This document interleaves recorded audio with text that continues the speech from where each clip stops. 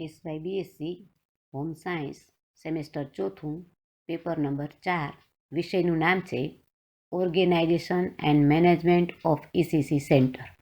હવે આ વિષયની અંદર આપણે શું ભણશું એના માટેની સિલેબસની માહિતી છે. લેક્ચર આવશે પહેલું. એમાં યુનિટ 1 શાળા વ્યવસ્થાનો ખ્યાલ અને જરૂરિયાત, પ્રસ્તાવના, ઐતિહાસિક દ્રષ્ટિકોણ, આધુનિક દ્રષ્ટિકોણ, જુદા જુદા શિક્ષણ અથવા તો ફિલોસોફીના એનો ફાળો, એના મંતવ્યો, સંચાલન અંગેનો ખ્યાલ, શાળા વ્યવસ્થા અને સંચાલનની જરૂરિયાત, એમાં સામૂહિક કાર્યો પૂર્ણ કરવા માટે, શાળા સંચાલનના ઉદ્દેશો, શાળા સંચાલનના સિદ્ધાંતો, શાળા સંચાલન અને વ્યવસ્થાની પ્રક્રિયાના તત્વો. આ આટલી વિગત આપણે યુનિટ 1ની અંદર પ્રાપ્ત કરશું. યુનિટ 2 ભૌતિક વ્યવસ્થાપન અને દસ્તાવેજ. એમાં પ્રસ્તાવના, એમાં સ્થળ, જગ્યા, સ્થળની પસંદગી, શાળાનું સ્થળ એની પસંદગી કરતી વખતે ધ્યાનમાં રાખવાના તત્વો અથવા બાબતો, બિલ્ડિંગ, ભવન અથવા મકાન બનાવતી વખતે ધ્યાનમાં રાખવાની બાબતો, ફર્નિચરની વ્યવસ્થા, મહત્ત્વ, કેવું હોવું જોઈએ, પ્રકારો વગેરે. ફર્નિચરની અંતર્ગત ધ્યાનમાં રાખવાના બાબતો, રમતગમતનું મેદાન પસંદગી કરતી વખતે ધ્યાનમાં રાખવાની બાબતો, કેવું હોવું જોઈએ, જગ્યા વગેરે. શૈક્ષણિક સાધનો કેવા હોવા જોઈએ, સાધનોના પ્રકારો, પ્રવૃત્તિ અંતર્ગત સાધનો હોવા જરૂરી છે. તે માટે સાધનો પસંદગી કરતી વખતે કયા કયા પ્રકારના સાધનો હોવા જોઈએ તે વિશેની માહિતી. દસ્તાવેજ અથવા પત્રકો, એમાં અલગ અલગ પ્રકારના પત્રકો, તેની જાળવણી, તેની જાણકારી, પ્રકારો, દસ્તાવેજની ઉપયોગિતા, બાલવાડી વ્યવસ્થા માટેના જરૂરી પત્રકોની યાદી, મહત્ત્વના પત્રકો, એમાં ખાસ કરીને પ્રવેશપત્રક, સમયપત્રક, હાજરીપત્રક. આ બીજા યુનિટની અંદર આટલા મુદ્દાઓને બાબતોને ધ્યાનમાં રાખી અને એની વિગત પ્રાપ્ત કરશું. યુનિટ 3 કાર્યક્રમની વ્યવસ્થા અથવા આયોજન, પ્રસ્તાવના, કાર્યક્રમ વ્યવસ્થાનું મહત્ત્વ, કાર્યક્રમનું આયોજન, કાર્યક્રમ આયોજનની પ્રક્રિયા, કાર્યક્રમ આયોજનના ધ્યેયો, એમાં લાંબા ગાળાના, ટૂંકા ગાળાના, કાર્યક્રમનું આયોજન કરતી વખતે ધ્યાનમાં રાખવાની બાબતો, દૈનિક કાર્યક્રમનો નમૂનો, સાપ્તાહિક કાર્યક્રમનો નમૂનો, વાર્ષિક આયોજનની પ્રવૃત્તિઓ, વાર્ષિક આયોજનની રૂપરેખા, બાળ વિકાસ માટે યોજવામાં આવતી પ્રવૃત્તિઓ, એમાં ખાસ કરીને વિકાસને ધ્યાનમાં રાખીને એમાં શારીરિક, માનસિક, બૌદ્ધિક, સામાજિક, ભાષાકીય, આવેગિક અને મનોરંજનાત્મક અથવા તો સાંસ્કૃતિક પ્રવૃત્તિઓ, બૌદ્ધિક વિકાસને ધ્યાનમાં રાખીને, ટૂંકમાં કહેવું હોય તો સર્વાંગી વિકાસને ધ્યાનમાં રાખી અને આયોજન કરવામાં આવતી પ્રવૃત્તિઓ. ત્યાર પછી આપણે આ ત્રીજો યુનિટની અંદર આટલી બાબતો વિશે માહિતી પ્રાપ્ત કરશું. યુનિટ 4 વ્યક્તિગત વ્યવસ્થાપન.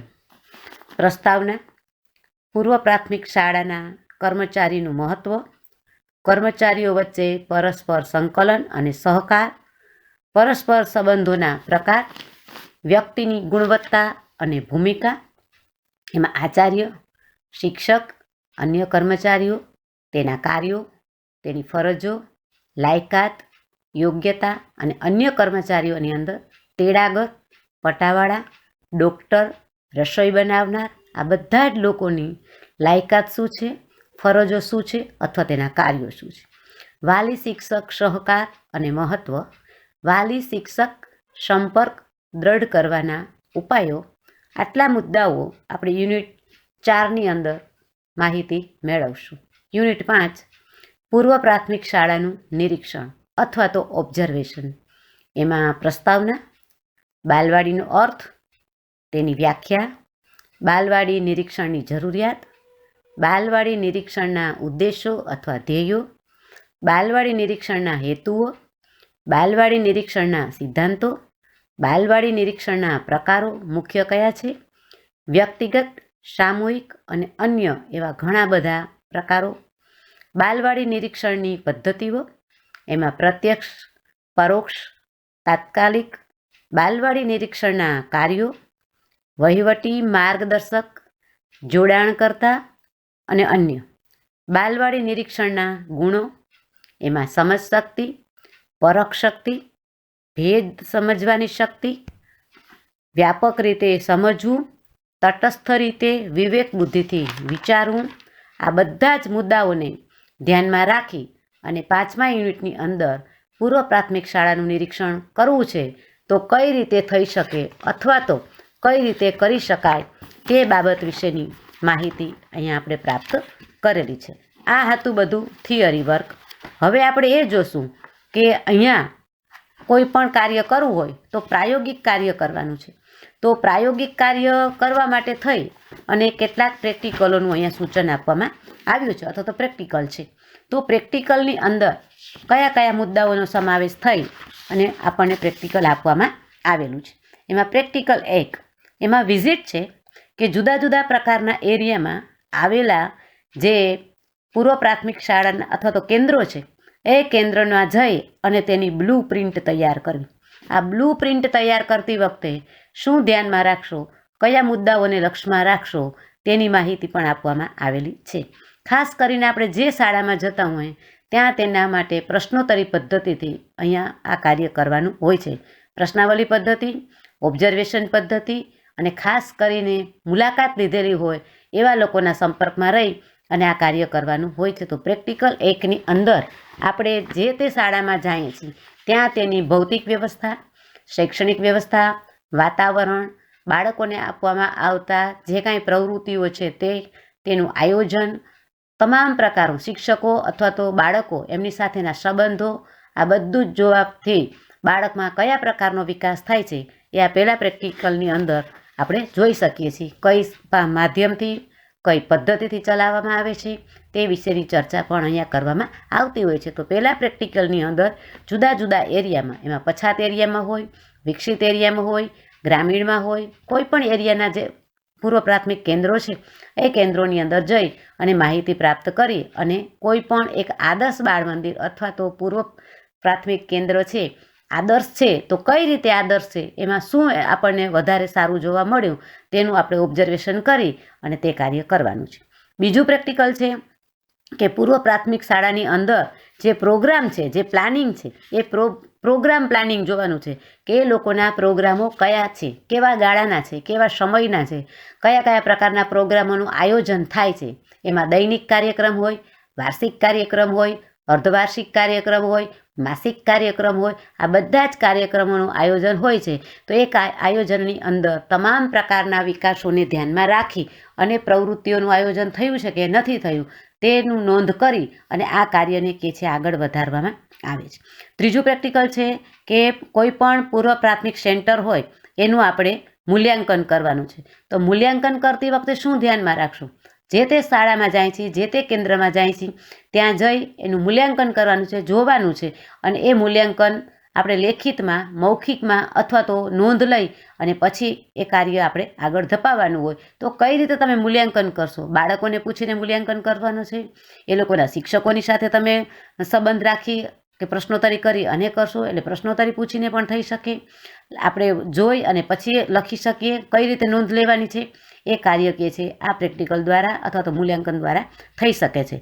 આ ત્રીજું પ્રેક્ટિકલ છે. ચોથું પ્રેક્ટિકલ છે કે કોઈ પણ બિલ્ડિંગ પ્લાન હોય એ બિલ્ડિંગ પ્લાન તૈયાર કરો. આપણી પાસે કેટલા સ્ક્વેર ફીટ જગ્યા છે અને એ સ્ક્વેર ફીટ જગ્યાની અંદર તમે પૂર્વ પ્રાથમિક કેન્દ્રમાં શું હોય છે એનું તમે આયોજન કેમ કરશો, એ એક આયોજન આપણે ગ્રાફ ઉપર કરવાનું છે અને એ ગ્રાફ પેપરની અંદર મેદાનથી લઈ અને બાળકોને રમતગમતની જગ્યા, બેસવા માટેનો ક્લાસરૂમ, પછી લખવા માટેનું જે કાંઈ, એટલે આ બધી જ વસ્તુઓ છે એ આવા બિલ્ડિંગ પ્લાનની અંદર આપણે જોઈ અને એ જે જગ્યાઓ ફાળવવાની હોય છે એ જગ્યા કેટલી છે એ પ્રમાણે એ પ્લાન આપવાનો હોય છે. એટલે આ પ્લાનની એક પ્રિન્ટ તૈયાર કરવાની અને એ પ્લાન પ્રમાણે બાળકને આપવાનું છે કે કયા પ્રકારની પ્રવૃત્તિઓ આપી શકાય, એટલે એનો પ્લાન, બિલ્ડિંગ પ્લાન તૈયાર કરો.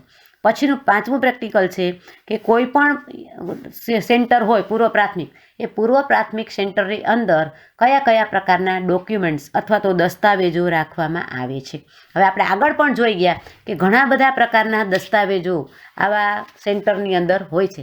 એમાં ખાસ કરીને આપણે હાજરી પત્રક હોય, સમયપત્રક હોય, પ્રવેશપત્રક હોય, આ બધી જ વસ્તુઓ તો 3 પત્રકો તો એના મહત્ત્વના જ છે, પણ આ સિવાયના પત્રકો હોય એ પત્રકોને પણ અહીંયા માન્યતા આપવામાં આવેલી છે અથવા તો હોવા જ જોઈએ. જો ન હોય તો તમે એ શાળાની કોઈ પણ માહિતી આપણે જોઈતી હોય તો એ કેન્દ્રની માહિતી આપણને મળવાની નથી. એટલે ટૂંકમાં જો આપણે એમ કહેવું હોય તો કહી શકીએ કે જે કેન્દ્રની અંદર આપણે જાય છીએ ત્યાં તમામ પ્રકારના જે પત્રકો છે એ પત્રકો રાખેલા છે. જો એ પત્રકો રાખેલા હોય તો જ્યારે જે માહિતી જોઈતી હોય એ પત્રકમાંથી આપણને પ્રાપ્ત થશે. જ્યારે બાળક આવે છે ત્યારે જ એનું પ્રવેશ પત્રક તૈયાર થાય, હાજરી પત્રક તૈયાર થાય, પ્રવૃત્તિ કરતો હોય તો પ્રવૃત્તિ માટેનું પત્રક હોય, ફી લેતા હોય તો ફી માટેનું હોય. આ બધા જ પત્રકો છે એ ખૂબ જ જરૂરી છે કે જેના આધારે કેન્દ્રની અંદર કયા કયા પત્રકો મેન્ટેન કરવામાં આવે છે એ જોઈ શકીએ છીએ અને પછી એ આપણે આગળ વધી શકીએ છીએ. અહીંયા આ વિષયની અંદર પૂર્વ પ્રાથમિક કેન્દ્ર કેવું હોવું જોઈએ, કઈ જગ્યાએ હોવું જોઈએ, કયા માધ્યમથી ચલાવવામાં આવે છે, કેવા લોકો ચલાવે છે, શિક્ષકો કેવા છે, આચાર્ય, વાલી અને શિક્ષક વચ્ચેનો સંબંધ અથવા તો બાળક અને આચાર્ય વચ્ચેનો આ બધા જ પ્રકારના જે સંબંધો છે એ સંબંધોનું પણ અહીંયા સૂક્ષ્મ નિરીક્ષણ કરવામાં આવતું હોય છે. એટલે ખાસ કરીને આ કેન્દ્ર કોઈ એક વ્યક્તિ દ્વારા ચલાવવામાં આવતું નથી, પણ આ કેન્દ્રની અંદર અનેક વ્યક્તિઓ જોડાયેલા છે. શિક્ષકથી માંડી, પ્રિન્સિપાલથી માંડી, શિક્ષકો હોય, વાલીગણ હોય, અન્ય કર્મચારીઓ હોય, બાળકોને તો મધ્યમાં રાખ્યા જ છે. આ બધાની સાથે આપણે કેમ કામ કરવું છે, કઈ રીતે કામ કરશું, કારણ કે એકમેકના પૂરક છે, એકને બીજા વગર ચાલતું નથી. આપણા શરીરની રચના પણ એવી જ છે. એવી જ રીતે અહીંયા પણ શૈક્ષણિક સંકુલની અંદર કોઈના સહકાર વગર એક પણ કાર્ય થઈ શકે નહીં. કોઈ એક વ્યક્તિ આ કાર્ય કરી શકતી નથી. બધા જ એકબીજાના અંગો છે. આ અંગ વગર કોઈને ચાલતું નથી. એટલે આ અંગ કેવા હોવા જોઈએ, કઈ રીતે કાર્ય કરવું જોઈએ, કયા પ્રકારની લાયકાત ધરાવતા હોવા જોઈએ, કેવા ગુણો હોવા જોઈએ, તે વિશેની માહિતી પણ અહીંયા પ્રાપ્ત થાય છે.